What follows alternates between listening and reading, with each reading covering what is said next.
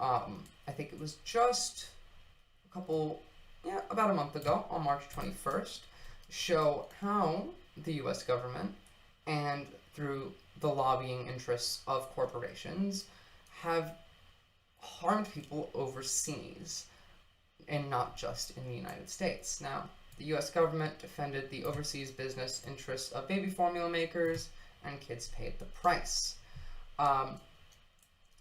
This article is the one that I really want to go through, but we will go through quite a bit of this one. So, in Thailand, when Gustan Onlamai, I'm sorry, I will butcher foreign names, I'm very bad at pronunciation, arrived to school at the age 4. He was so overweight that his teachers worried he'd have trouble breathing during nap time. His arms and legs were thick. His mouth peeked out from 2 ballooning cheeks as he moved slowly. Throughout his toddler years, Gustan had regularly asked his parents to refill his bottle with his favorite milk, a type of formula made especially for kids his age, and they were happy to oblige. The parents, who lived in a rural province north of Bangkok, had carefully chosen the brand. Like other Thai parents, they'd been bombarded by baby formula advertisements on television, online, and in grocery stores, where rainbow boxes and canisters of powdered toddler milk featured teddy bears and graduation caps and giveaways like toys and diapers. It cost far more than cow's milk, but promised to make Gustan stronger and smarter. What the parents didn't know is that the formula caused him to gain nearly 70 pounds by age 4. I've actually seen photos of this child before. He's quite famous for this specifically. Now, in 2017, Thai health experts tried to stop aggressive advertising for all formula, including that made for toddlers. Officials feared that the company promotions could mislead parents and even persuade mothers to forego breastfeeding, depriving their children of the vital health benefits that come with it. Now, at the time, Thailand's breastfeeding rate was already among the lowest of the world. Now, if you don't know, if you're a breastfeeding mother and you stop breastfeeding and you switch to baby formula, that milk dries up. And if you realize that this baby formula isn't actually good or helpful for your child, or maybe you live in a country that doesn't have enough clean water, you can't just switch back. And that was the one of the larger problems that came with this, aside from the obvious malnutrition and making toddlers overweight. So, $47 billion formula industry at the time of 2017 fought back, enlisting the help of the rich and powerful ally of them, the United States government. Over 15 months, U.S. trade officials worked closely with formula makers to wage a diplomatic and political pressure campaign to weaken Thailand's proposed ban on formula marketing, the ProPublica investigation found. U.S. officials delivered a letter to Bangkok, which we will read, asking pointed questions including whether legislation was more trade restrictive than necessary. They also lodged criticisms in a bilateral trade meeting with Thai authorities, then on the floor of the World Trade Organization, where such complaints can lead to costly legal battles. Now, this is a very long document. I will put this in my sources and citations document. It'll be linked in the description of the video once it's posted as a VOD. But back to this one. Thai officials argued that the new regulations would protect mothers and babies, as they would. In the end, though, the Thai government backed down. It banned the advertising for infant formula, but allowed companies to market formula for toddlers like Gustan, one of the industry's most profitable and dubious products. The final law also slashed penalties for violators. Again, deregulation of the food industry. Need to regulate corporations because they will never regulate themselves. That is the entire function of a corporation, is to seek profit, and that's it. That's the whole point. There's nothing more than that. Our law is really weak and enforcement is really weak, said Dr. Siruat Tiptardal, who championed the proposed ban as a former advisor to Thailand's health minister. In an interview in Bangkok, he said he was upset and disappointed. I'm sure he was much more than that. So, this didn't just happen in Thailand, by the way.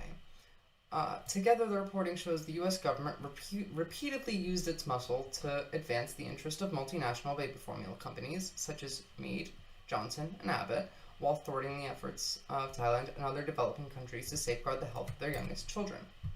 Last March, a meeting in Dusseldorf, Germany, U.S. officials opposed reference to formula advertising bans in a new international food standard for toddler milk. This move came after industry lobbying. At the center of the efforts was the Office of the United States Trade Representative, which advises the president on trade policy. Emails show its staff in regular contact with baby formula makers and the industry groups through marketing. Now, that is the next article that we're going to go through. It shows the actual messages. It's actually quite interesting. I'm very excited to get to it, but I really want to get through this a bit more. So officials with the U.S. Trade Regulation and Regulation? Did I read that right? Where are you? Representative, not regulation. And other trade-focused industries, including those within the U.S. Department of Agriculture, then echoed these positions in communications with other countries with international forums like the World Trade Organization, the document showed. The U.S. is highly influential, said Dr. Robert Boyle, a doctor at the Imperial College of London who has researched international formula use. In many places, the lobbying appeared to succeed. Hong Kong, for example, watered down some of its formula regulations after objections from U.S. trade officials, who said in a draft letter that, quote, rules could result in significant commercial loss for U.S. companies, putting profit over the health of people, even internationally. And a proposal in Indonesia stalled after questions from the US and the WTO. Notably, such advocacy has not only hindered local attempts to stop formula marketing, that critics say is misleading and is definitely predatory. Yes, Katie, you should definitely not give an infant formula. If you have no other option, I would recommend doing quite a lot of research into it before you do so, but breastfeeding is almost always better. Also has undermined the work of the U.S. foreign aid and health officials who have long supported breastfeeding around the globe. They call it one of the highest returns on investment of any development activity because of the well-documented benefits for babies and health and cognitive growth. The meddling broke into the public view in 2018 when officials from the Trump administration were accused of threatening to withhold military aid from Ecuador if the country didn't drop its proposed resolution to support in support of breastfeeding at the World Health Organization. The U.S. ambassador later denied making threats, but ProPublica's investigation found that the scope of the interference far exceeded that incident and continues today under the Biden administration, and I'm sure predated the Trump administration. In fact, Ecuador and Thailand were just two stops on a worldwide crusade against regulation that spanned Republican and Democrat presidential administrations, and it touched more than a dozen countries, including South Africa, Guatemala, Kenya, as well as Southeast Asian nations such as the Philippines, Malaysia, or Vietnam. The U.S. has waged a global campaign against formula regulation.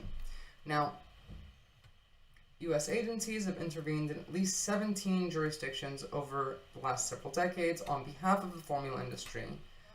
All of these countries shown here are the ones that we have direct evidence.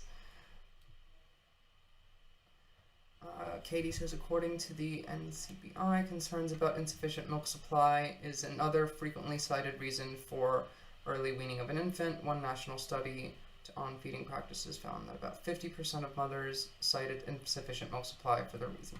So, again, if you don't have a better option, then yes, you have to use formula.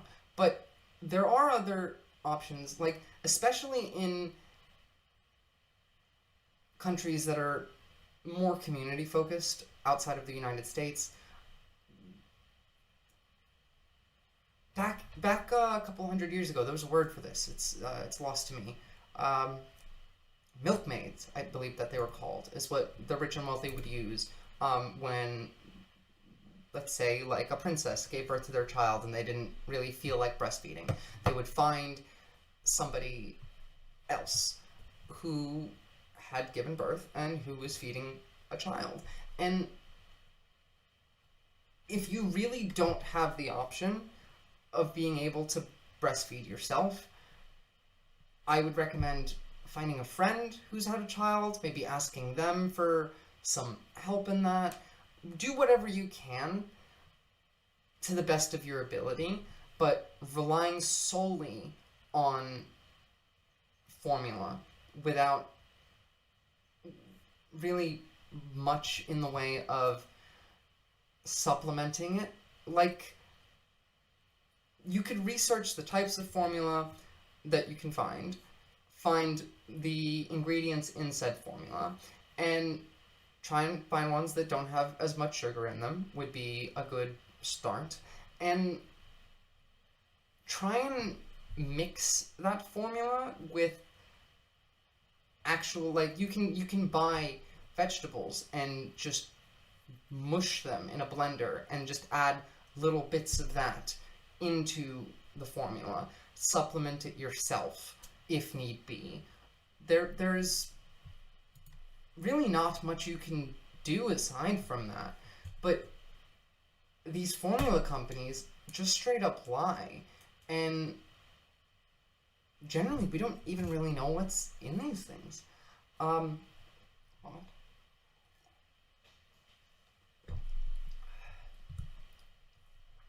So, neither Abbott nor Mead Johnson responded to requests for interviews or detailed questions from ProPublica.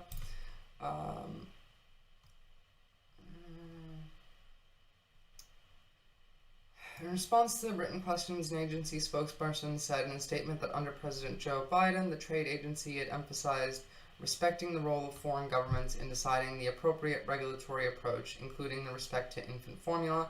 This is just not true. It doesn't matter whether it's Joe Biden, Donald Trump, Obama, Bush. We've been doing this for decades. A famous incident that I'm not sure is in this article, but let me just pull up formula scandal. There we go. In 1977, there was a boycott in the United States of Nestle.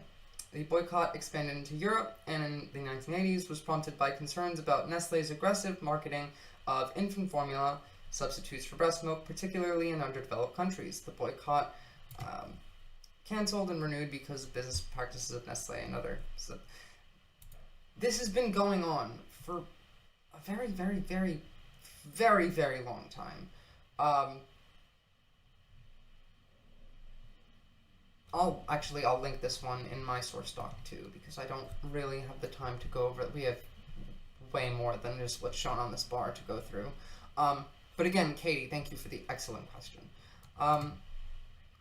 In 2021, for example, officials complained that Filipino trade authorities about complained to Filipino trade authorities about stricter formula marketing rules that they considered overkill, and expressed fears about regulatory spillover elsewhere in Southeast Asia.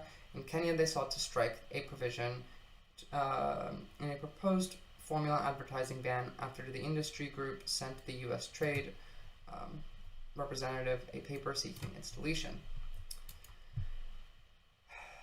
In October of this past year, in 2023, the American Academy of Pediatrics published a new report warning about the marketing of toddler formula. Products are advertised as follow-up formulas, weaning formulas, or toddler milks and formulas are misleadingly promoted as a necessary part of a child's dietary health. Dr. George Fuchs III, a lead author of the study, said, The drinks are worse than infant formula for babies under 1 year. He said offer no benefit over much less expensive cow's milk in most children older than the age of 12. So that's an answer for you there. Cow's milk would be alone more beneficial than just baby formula, according to this study by the American Academy of Pediatrics. Again, all of these are links. You can open them up and read them. They'll be all in the description. Unlike infant formula, toddler milk are not regulated by the Food and Drug Administration. Nutrition experts have warned about hefty doses of sweeteners and sodium in some brands. The Infant Nutrition Council of America, a formula industry group, defended toddler drinks, saying that they can contribute to nutritional intake and potentially fill nutrition gaps for 12 months and older. Now, the Nutrition Council of America, let's have a look real quick. Funding.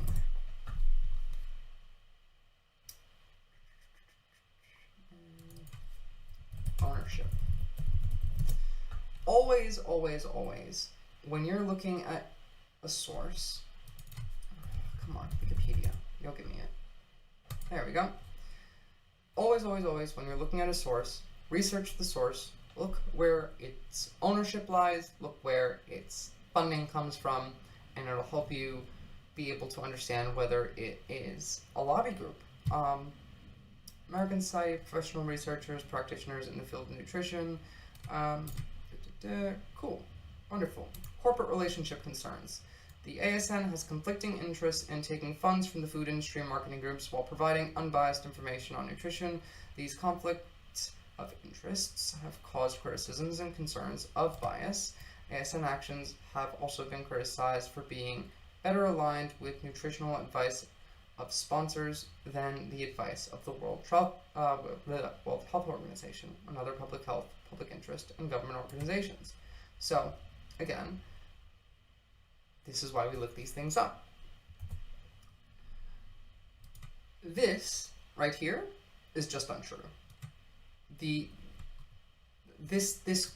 quote by the Nutrition Council of America was almost certainly written by a corporate lobbyist, someone who works for these corporations.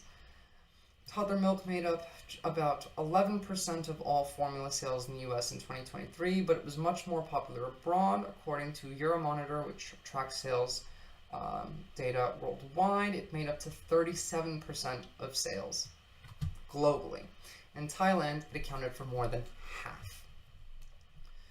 The country is now struggling to address the consequences of the law's weakening, and research and officials say more than 1 in 10 Thai children under the age of 5 face what researchers call a double burden of malnutrition that leaves some struggling with obesity and others lagging behind growth targets. Increased breastfeeding could help addressing both problems. Now,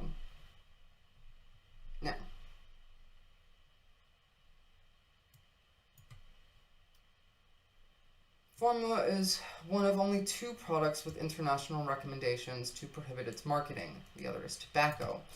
The warnings date to 1981, where the nations that made up the governing body of the World Health Organization passed the International Code of Marketing of Breast Milk Substitutes. It aimed to stop all promotion of drinks meant to replace breast milk. The move followed reports in the 1970s that thousands of infants in impoverished countries were falling ill and dying from drinking baby formula, which is very true. Here we go. We get to Nestle in this part. Not only were mothers using costly formulas to replace breast milk, which would have given their babies better immunity, but the water parents mixed milk powder was sometimes contaminated. A lot of these countries didn't have access to consistently available, safe drinking water. This led to life-threatening bacterial infections, diarrhea. Over-diluted formula was causing severe malnutrition as well. Activists called for a boycott of the world's largest formula maker, Nestle, which had heavily promoted its products in developing countries. During the height of the controversy, an average of 212,000 babies in low and middle income countries died, preventable deaths linked to formula use annually. An academic paper circulated by the National Bureau of Economics Research estimated last year Nestle disputed the research and said it was the first formula company to incorporate the World Health Organization into its marketing policy in 1982. The United States cast the sole no vote against the international code, with the Reagan administration, always with the Reagan administration, citing the First Amendment protections on advertising. Again, corporations being seen and having the rights that people would normally have. Excuse me for a moment, I am trying to quit vaping, but I do need my nicotine from time to time.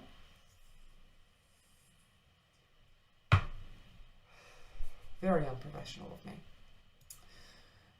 Now, the Washington Post quoted a senior federal official who resigned over the decision, saying it would be seen in the world as a victory for corporate interests.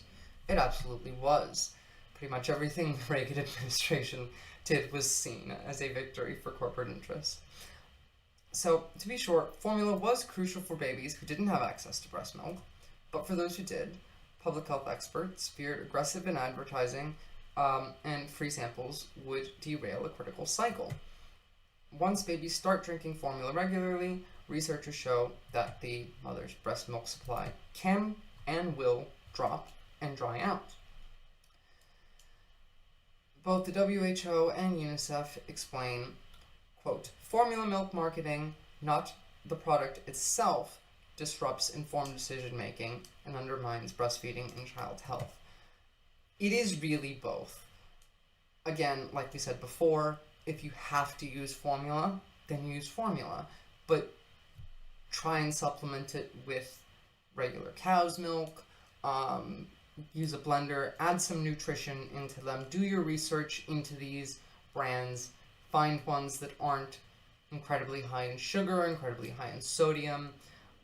It is very difficult, especially if you're in a developing country.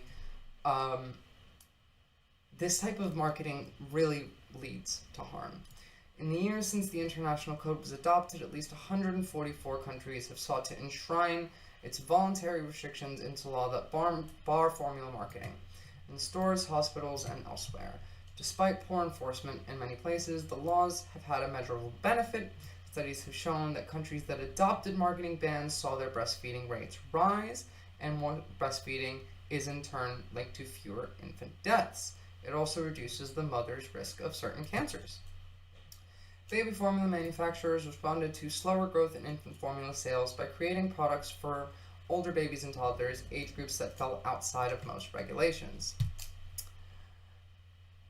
In 2007, Katie says in 2007, when Gerber was sold to Nestle for $5.5 billion, what is this full quote saying? Let me just, my chat window is too small.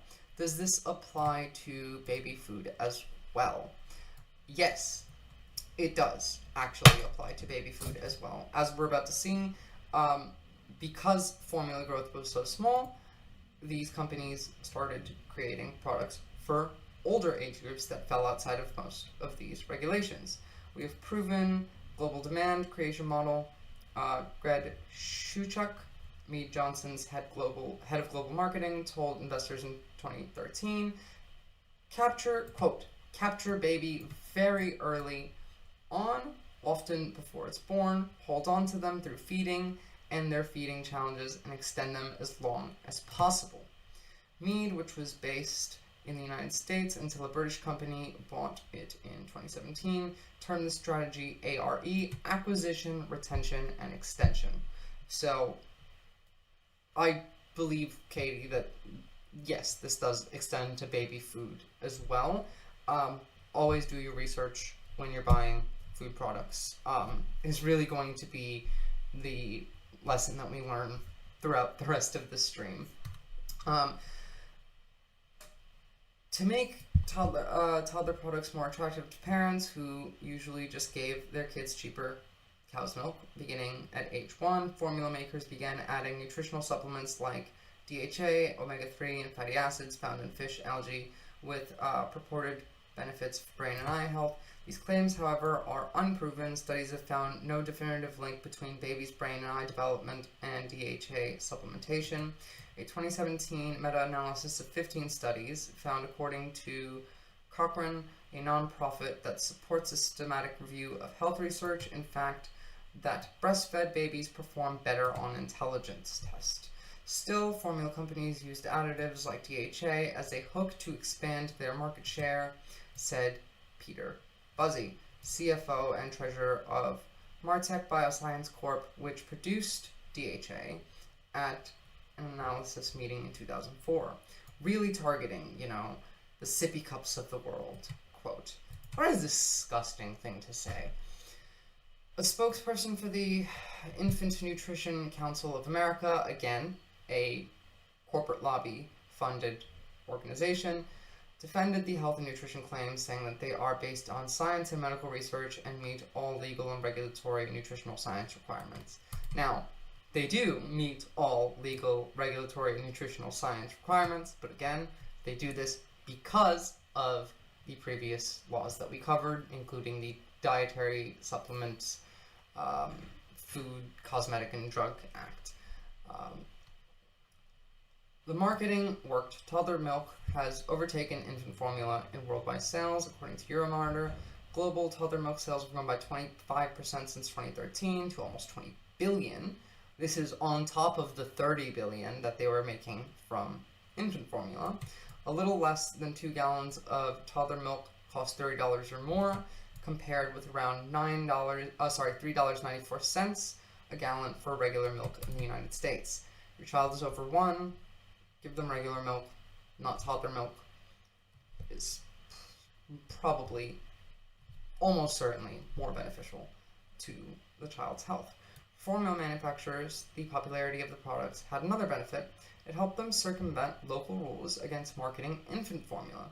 By using similar logos, colors, or fonts across products, legal advertisements for toddler milk effectively promoted baby formula as well, even in places where it was subject to a marketing ban. Nutrition experts and advocates call the tactic cross-promotion. During the past decade, sales of regular infant formula grew about 10% worldwide to 15 billion. So altogether, that's 15 billion for infant formula and another 30 billion for toddler milk. A focus on developing nations. In 2014, Gintana gave birth to the couple's first child, whom they nicknamed Captain after a soccer player. The family lived in a military housing in Lopburi, a rural province 2 hours north of Bangkok, whose capital is world famous for its flourishing monkey population. With Sumet serving the army, Injanata took time off from her job in customer relations to care for her newborn. She breastfed Captain until it was time to return to work 3 months later. The couple shopped for formula.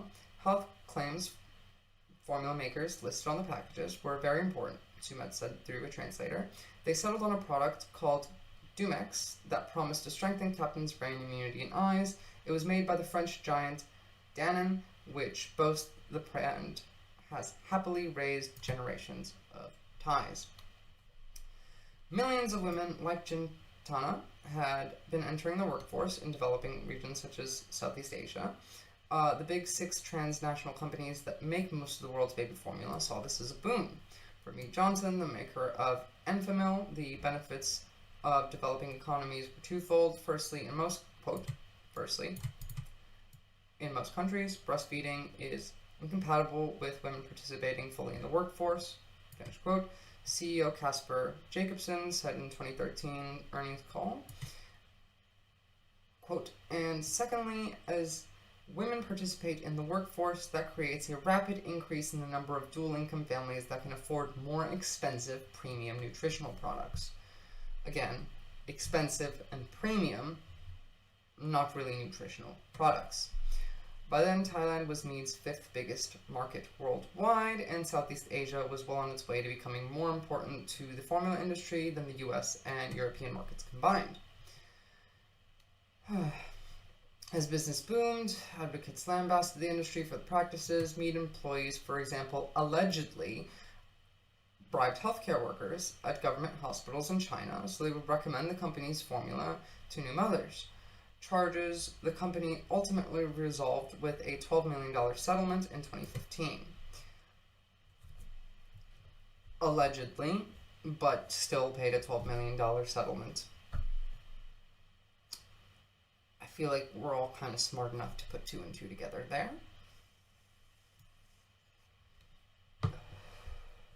The company did not admit or deny regulators' findings in the agreement.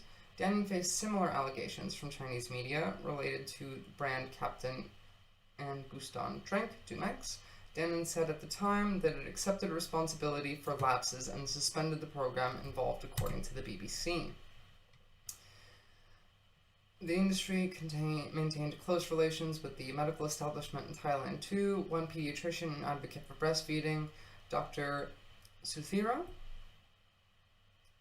told ProPublica that 2 decades ago she saw formula companies offer doctors and medical staff trips abroad in exchange for giving patients free samples and collecting their data. Some took the trips. Suthira did not participate. Corporate bribery. Deregulation. These are all linked together, and these are all harming all of us worldwide. Now, I'm going to get a bit further in. The World Health Organization effort alarmed formula makers, which worried that it would kick off a new round of laws against formula marketing. Quote, "That's what's at stake by a new measure that's being proposed by the WHO without any scientific evidence," finish quote, said Audrey Erickson, a Mead Johnson lobbyist. Yes, of course, trust the lobbyist on whether there's scientific evidence or not. Industry groups scrambled to arrange meetings with high-level officials in Washington. Quote, "Clearly, the potential economic and international trade implications from this proposed draft guidance are quite significant," end quote. The Pro-Industry Infant Nutrition Council of America said in a letter to the FDA in 2016. That year, companies and trade groups connected to commercial milk formula, including Abbott Laboratories and Nestle, spent almost $7 million lobbying U.S. officials about WHO matters alone, after a decade in which their lobbying disclosures had not mentioned the organization at all, a study found. The industry's outreach spanned Washington. The Infant Nutrition Council of America, for instance, lobbied the Senate, House, and the U.S. Trade Representative, as well as Commerce, State, Agriculture, Health Departments, lobbying records show. The efforts attracted the attention of leaders in both parties, including House Speaker Paul Ryan, who called President Barack Obama about the issue, according to records obtained by ProPublica. Again, like I said, this goes back well before Biden, well before Trump, well before Obama as well. Inside the administration, the USTR took up the formula industry's cause. Quote, "USTR does not support issuance of the guidance or resolution," end quote. On toddler milk, wrote Jennifer Stratman, a USTR official, in an email to other federal officials. Furthermore, she wrote her office will not be able to accept any resolution that encouraged WHO member countries to convert any of the guidances into law. This wasn't the first time the USTR sided with the industry despite public health concerns. In 2013, a group of Democratic senators scolded the U.S. Trade Representative, Michael Froman, for a proposal to help tobacco companies use trade law to subvert tobacco control measures, a stance that lawmakers called deplorable and a serious threat to global public health. Just like this, the infant formula and baby formula and toddler milk industries are also deplorable and a serious threat to global public health.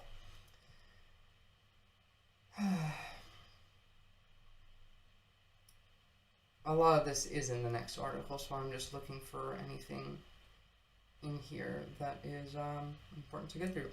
Meanwhile, as WHO member nations gathered to vote in Geneva, a formula lobbyist had U.S. officials, quote, on speed dial and urged them to weaken the WHO's resolution, said Jimmy Kolker, who led the negotiations for the U.S., as an assistant secretary to the Health and Human Services Department. In the end, the United States delegation persuaded the WHO nations not to, quote, endorse their staff's own recommendations. Instead, the body voted only that it, quote, welcomes with appreciation the guidance. Language that undercut its utility. The resolution, lacking the weight of official endorsement, left many nations puzzled over whether it would help to neutralize trade complaints.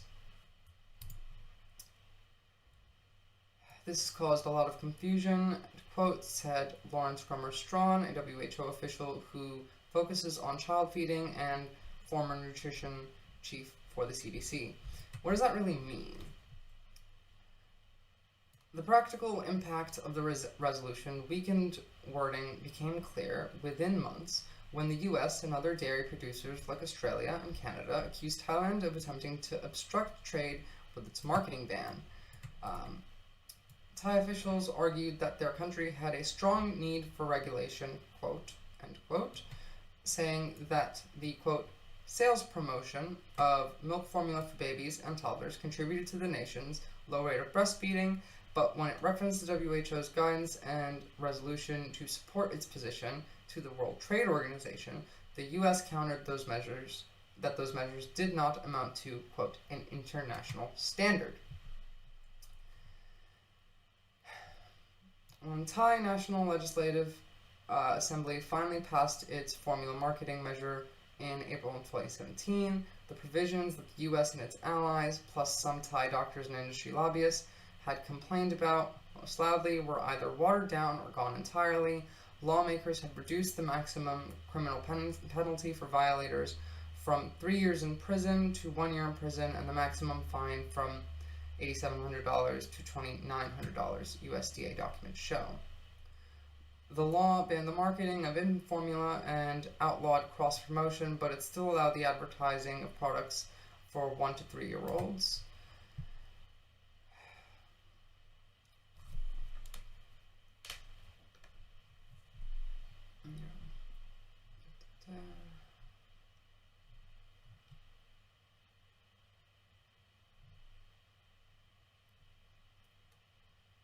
The tactic is, quote, I will violate your law. Thailand's marketing restrictions have done little to curb practices like cross-promotion, said a person who worked at the Thai health ministry and studied the law. Indeed, at 2 supermarkets in Bangkok, shiny walls of powdered formula boxes, 7 shelves high, greeted shoppers on a warm day in September.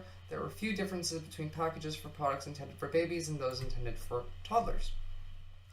Formula makers and stores offered steep discounts for toddlers' milk, calling one a, quote, mommy's fair shock deal, end quote. An offer on one shelf told parents that if they spent $87 on high Q1 toddler formula made by Danone, they could receive a free yellow and blue swing set worth about $27. Other offers included clay, pizza dough, cooking fun set, toy keyboard, and a microphone, and even a pushable speed car trolley that toddlers can sit in. Essentially trying to bribe the public.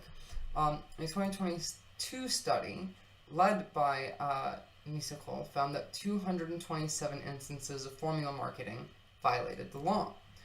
The government has levied fines for violations, but Thailand's health ministry doesn't name the offenders. Quote, again, the tactic is, I will violate your law, Siddhawat said, and prepare the budget for the fine.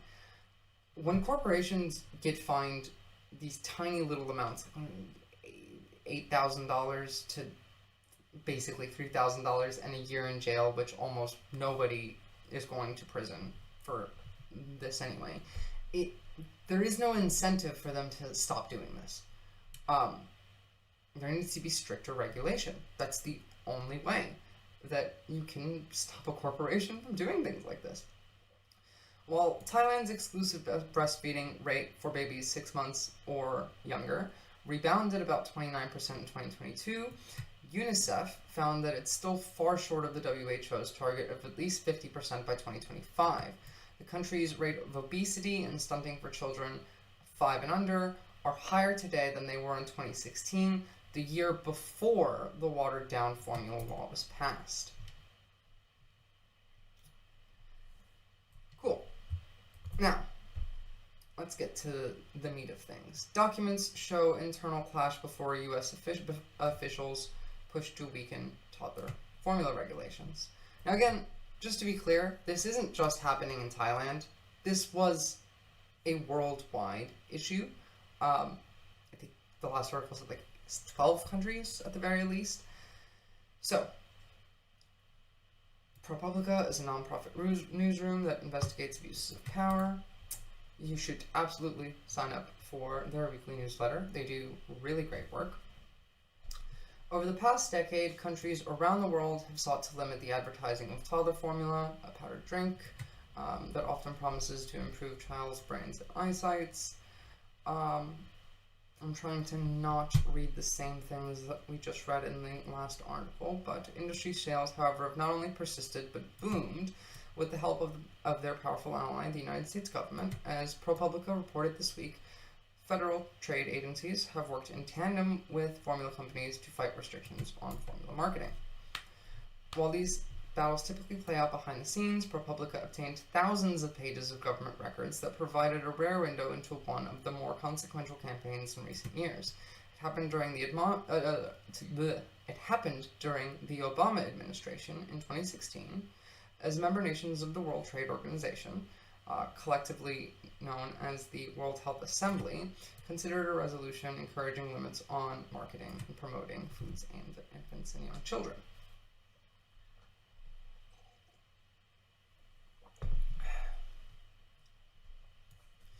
Documents obtained via a Freedom of Information Act request show a stark pattern. Representatives of U.S. trade agencies aggressively seeking to weaken WHO resolutions. One Microsoft Word document cataloged dozens of comments and objections. These visualizations capture 4 of the divisions between the Office of the U.S. Trade Representative, which also advises the President on trade, and federal health entities such as Department of Health and Human Services and the Center for Disease Control and Prevention. The full document, including the tracked changes and comments, are depicted below. So, here we go. Draft World Health Assembly Resolution 69.9, paragraph 5. Now, this was the original text, recognizing that the inappropriate promotion of commercial foods for infants and younger children can mislead parents and other caregivers about the nutrition and health-related qualities of these foods and their age-appropriate and safe use, and that the promotion of such products for infants under 6 months of age has been associated with earlier cessation of breastfeeding. Just a moment here. Cool, that's fine. Conflict began with squabbling over the introductory paragraph to the draft of the resolution that acknowledged the promotion of infant formula leading to a decrease in breastfeeding. Now, Jennifer Stratman, who was a member of the Office of the United States Trade Representative, said that it would be preferable to frame this guidance and its purpose in a more positive manner, striking out quite a bit of the text and adding this watered down version into it. So instead of commercial foods, it says certain foods for infants, young children can undermine progress in optimal infant and young children feeding, instead of the original misleading parents and other caregivers about the nutrition and health-related qualities of these foods. Furthermore, Jennifer Stratman also struck out the final part of the paragraph that showed that said that the promotion of such products for infants under 6 months of age has been associated with earlier cessation of exclusive breastfeeding. Jennifer Stratman said, "We did not see any evidence in studies on this conclusion." Their studies that they funded.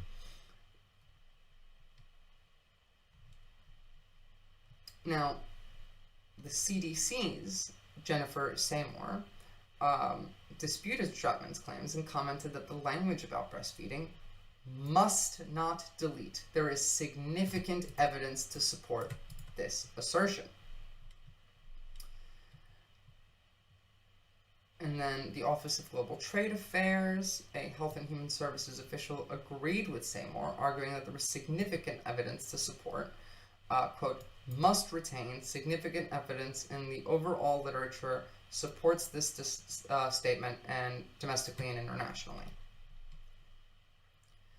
Now in paragraph 10 of the same draft, the World Health Assembly wrote, endorses / takes note of the technical guidance on ending the inappropriate promotion of food for infants and young children.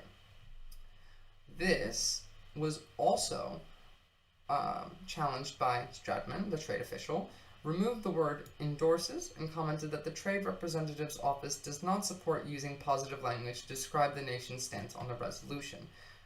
Quote, we cannot support endorses, welcomes, or other positive language.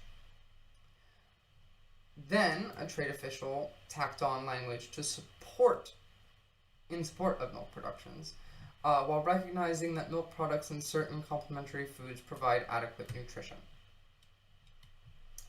This was challenged by a health agency official. The guidance is on promotion, not setting feeding recommendations, so this insertion is oddly placed in response. Paragraphs 11 and 12 of the same resolution originally said the World Health Assembly urges member states to take all necessary measures to implement the guidance on ending inappropriate promotion of food for infants and young children, while taking into account the existing legislation and policies, nutrition and feeding recommendations, and national and international trade obligations as appropriate. This was also challenged by Stratman, who had a strong preference for changing the language from urges to advises, a much softer way of saying it, then wanted to strike out the rest of the entire rest of the fucking paragraph, essentially. It is the view of the USDA and USTR, the Commerce and USTR and Commerce, that the terms implemented indicate to members that the document should be adopted directly. Trade Representative's Office proposed deleting the entire section, saying the language sounded too much like a directive instead of a recommendation.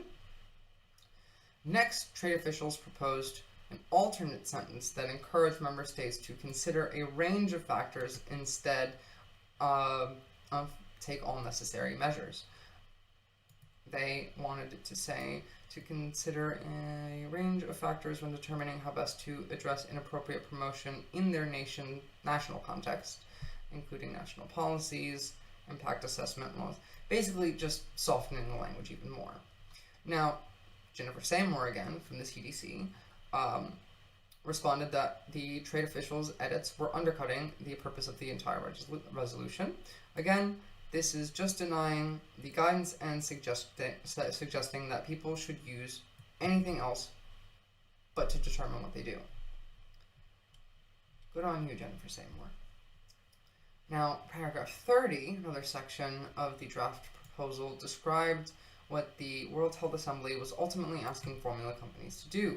The World Health Assembly calls upon manufacturers and distributors of food for infants and young children to end all forms of inappropriate promotion by fully implementing the recommendations set forth in the guidance on ending inappropriate promotion of food for infants and young children, irrespective of whether the recommendations have been transposed to national legislation.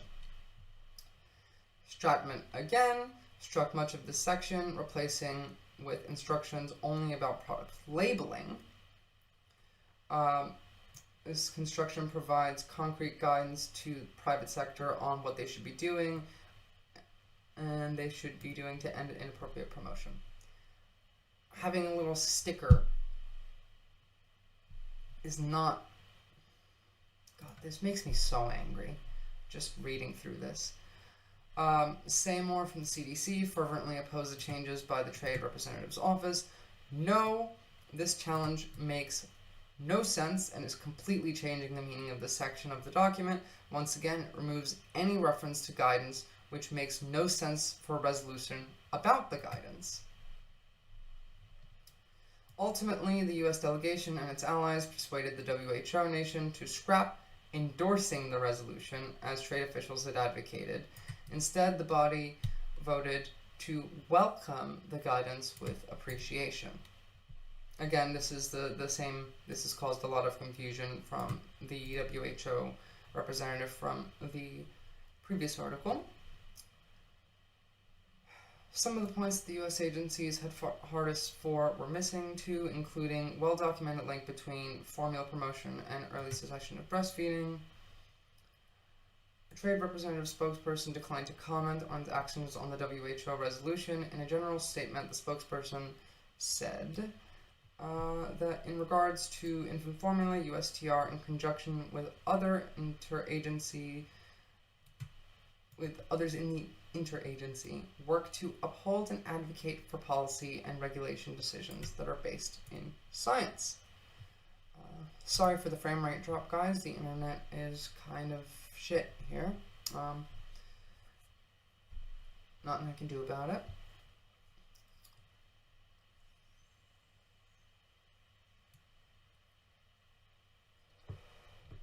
A CDC spokesperson did not comment on the interagency debate, saying only that Seymour was invited to join as an expert on breastfeeding and infant nutrition. The Department of Health and Human Services did not respond for questions on the story, but Jimmy Colker, the assistant secretary who led the negotiations for the U.S. in Geneva, told Reuters at the time that he was content with the outcome.